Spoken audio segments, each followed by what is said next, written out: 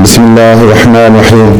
अस्सलाम वालेकुम दोस्तों, आज का जो टॉपिक है ये मेरे इन दोस्तों के लिए है जो अपनी जवानी में ही अपनी जवानी ख़त्म कर बैठे हैं, जो गलत कार्यों की वजह से अपनी जो है वो कुव्वत और ताकत ख़त्म कर बैठे हैं।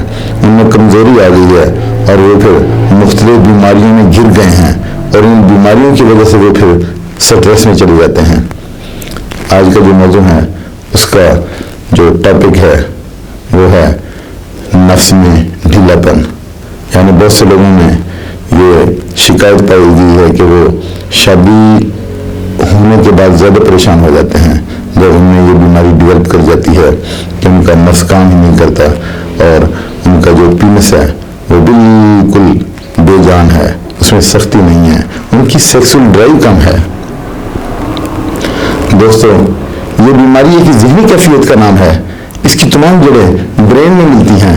अगर आप अखलाकी तौर पर मजबूत हैं तो आप कामयाब ज़िंदगी गुजार सकते हैं, लेकिन अगर आप ज़हनी तौर पर कमज़ोर हैं और खाते पीते उठते बैठते गंदे ख्यालात आपके जहन में घूमते हैं और आपका जहन गंदे ख्यालात से भरा रहता है तो आप फ़ौरन अपना इलाज करवाएं। अक्सर देखा गया है कि कुछ मर्दों में शहवत तो बहुत ज़्यादा पाई जाती है लेकिन परफॉर्मेंस उनकी ज़ीरो है। यानी उज़्वे तनासुल में तनाव तो है मगर अपने पार्टनर के पास जाते ही तनाव ख़त्म हो जाता है, चंद सेकंड के बाद ही वो डिस्चार्ज हो जाते हैं। दोस्तों, यही नफ्स का ढीलापन कहलाता है। खुशकिस्मती से वो खुशकिस्मत हैं वो लोग जो जिनमें इंतशार के साथ टाइमिंग भी मौजूद है। यानी इसके बरस दूसरे लोग भी हैं कि जो ना तो मेडिसिन लेते हैं ना ये डॉक्टर के पास जाते हैं, लेकिन ज़हनी तौर पे इतने मजबूत हैं कि उनकी जो सेक्सुअल ड्राइव है वो बहुत अच्छी है और वो उनकी टाइमिंग भी बहुत अच्छी है। क्यों? क्योंकि उनका जहन साफ है। दोस्तों, जो लोग मजबूत अखलाकियात के मालिक हैं वो हर तरह से खुशकिस्मत हैं। ऐसे लोग अपने आप को कामकाज में मसरूफ रखते हैं, यानी अपने लिए कोई ना कोई काम ढूंढ के रखते हैं ताकि वो मसरूफ रहें और उनका जहन भी साफ रहता है। इसके बरक्स जो लोग आर्टिफिशियल टाइमिंग बढ़ाने के लिए मसनूई और गैर ज़रूरी अद्वियात का बेजा इस्तेमाल करते हैं वो ज़्यादा नुकसान उठाते हैं। मार्केट में बिकने वाले मुख्तलिफ नामों से स्प्रे, ताकत और सेक्स बढ़ाने वाली कैप्सूल और टाइम बढ़ाने वाले कोर्सेज मिलते हैं जो सेहत को मज़ीद ख़राब करते हैं, क्योंकि पेशेंट को पता ही नहीं उन्होंने क्या डला हुआ है।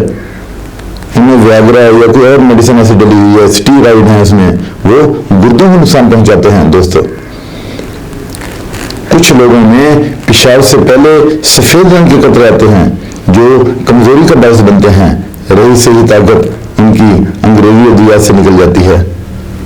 दोस्तों, इसमें अब हम प्रिकॉशन देख लेते हैं कि सबसे पहले ये कि आप लाइफस्टाइल अपना बेहतर कर लें, एक्सरसाइज करें और अपने आप को मसरूफ रखें, अपना वजन कम करें ताकि आप में सुस्ती ना हो, आप एक्टिव रहें। उसके बाद 20 लोगों के लिए खास तौर पर मेरा मैसेज है कि वो अपने आप को जो है वो मसरूफ भी रखें और अपना वजन भी कम करें ताकि आइंदा आने वाली बीमारियों से वो बच सकें। दोस्तों, ख़ास तौर पे यहाँ पर मैं उन लोगों का जिक्र भी करूँगा जो डायबिटिक पेशेंट हैं, वो भी अपनी वही खुराक लें जो डॉक्टर ने बताई है। उनकी डाइट वो वाली डाइट नहीं है जो आम लोग लेते हैं, उन्हें स्पेशल डाइट तजवीज़ की जाती है। तो इसलिए उन्हें अपनी सेहत पर तवज्जो देनी चाहिए और फिर इस चीज़ को खेल नहीं बनाना चाहिए। ये जो सेक्सुअल ड्राइव है ना, इस चीज़ को खेल नहीं बनाना चाहिए। इसको जो है आप ज़रूरत के मुताबिक परफॉर्म करें। दोस्तों, अभी हम इसका ट्रीटमेंट देख लेते हैं कि इस तरह के पेशेंट जो हैं उनको होम्योपैथी में कौन सी मेडिसिन सूट करती है। सबसे पहले जो मेडिसिन है वो है नेफेलूटिया। ये मदर टिंचर में है। ये इन्हीं लोगों के लिए है जिनकी सेक्सुअल ड्राइव वीक है। उसके बाद यूहम्बेनियम मदर टिंचर में है। ये भी इन्हीं लोगों के लिए है जो वक्त पे अपनी परफॉर्मेंस अच्छी नहीं दे पाते और जिनकी जो है वो नस में या पीनस में ढीलापन है। फिर उसके बाद कैलेडियम मेडिसिन है जो अकड़ाव पैदा करती है, जो ताकत पैदा करती है आपके पेनिस में। ये मदर टिंचर है, और उसके बाद फिर एक और रेक्रो कंपनी की है R41 ड्रॉप्स। ये मेडिसिन भी बहुत ही अच्छी है, और ये भी 2-3 महीने तक ये मेडिसिन लेनी पड़ेगी आपको।